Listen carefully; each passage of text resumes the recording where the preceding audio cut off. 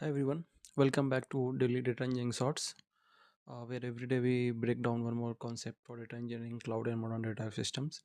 So, in the last episode, we talked about the what data cleaning is and why it matters. And today we are going to answer the most practical question, like where should data cleaning actually happens in the data pipeline, and more about little bit about the middle architecture. Because cleaning data at the wrong stage can break the systems or slow pipelines or hide the real issues. So basically, in theory, everyone agrees data should be clean. In practice, the confusion is where to do it. Should we clean the data at ingestion, during transformation, right before the analytics, or everywhere? The short answer is it depends on the responsibility of each pipeline layer. Let's break down this using a modern data architecture.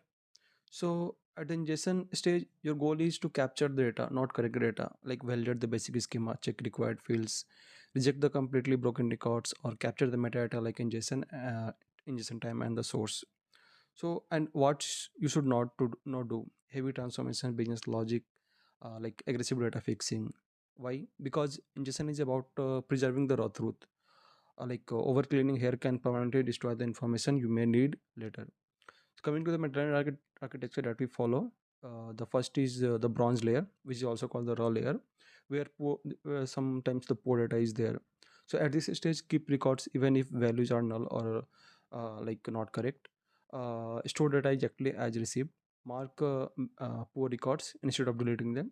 Basically, this allows the debugging the source issues, reprocessing logic later, or either in audit and traceability. Then comes the silver layer where real data cleaning happens. So this is where the actual data cleaning belongs.